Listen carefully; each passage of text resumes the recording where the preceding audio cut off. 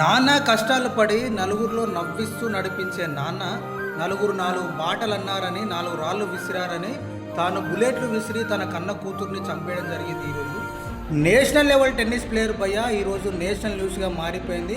తాను టెన్నిస్లో ఒక మెరుస్తున్న తార ఈరోజు రాలిపోయిన తారలాగా మిగిలిపోయింది.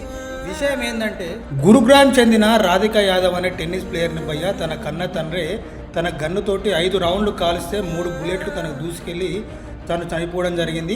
ఎందుకంటే కారణం తెలుసుకుంటే, మీ అమ్మాయి చిన్న చిన్న బట్టలు వేసుకొని టెన్నిస్ ఆడడం అవసరమా? మీరు మీ అమ్మాయి సంపాదన మీద బతకడం అవసరమా? ఎప్పుడు ఆమె ఇన్స్టాలో రీల్స్ చేసుకుంటా పబ్లిసిటీ చేస్తూ ఉంటుంది. ఇలాంటి అమ్మాయి మీకు అవసరమా అని ఎప్పుడు పబ్లిక్ అతన్ని సూటిపోటి మాటలతో పొడిచారంట. దానికోసం అతడు ఈరోజు ఇలా చేయడం జరిగింది. సమాజంలో ఎప్పుడు వేలెత్తి చూపే వాళ్ళని పట్టించుకోకండి భయ్య, మీకోసం చెయ్యెత్తి సహాయం చేసే వాళ్ళని పట్టించుకోండి. పొడిచే వాళ్ళని కాదు, మీతో నడిచే వాళ్ళని మాత్రమే నమ్మండి.